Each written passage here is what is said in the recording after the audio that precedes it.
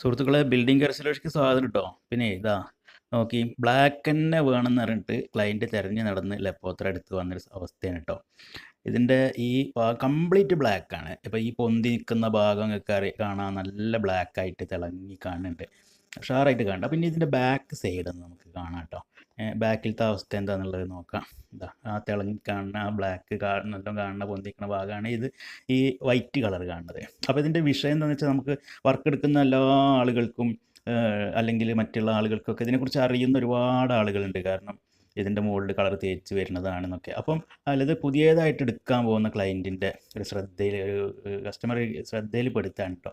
ഇത് സംഭവം നമ്മൾ ബ്ലാക്ക് അല്ലെങ്കിൽ റെഡ്, ഒരു പ്യുവർ കളർ എന്നുള്ള രീതിയിൽ പോയി സെലക്ട് ചെയ്ത് വന്ന് നമ്മൾ വർക്ക് തുടങ്ങി കട്ട് ചെയ്യുമ്പോൾ അല്ലെങ്കിൽ സൈഡ് മോൾഡ് ചെയ്യണ സമയത്ത് ഒക്കെ വരുന്ന സംഭവം എന്താ വെച്ചാൽ, ആ ബ്ലാക്ക് അല്ല അവിടെ നമുക്ക് കിട്ടുക. അപ്പോൾ അത് അവർക്ക് വലിയ മാനസികമായിട്ടൊരു വിഷമം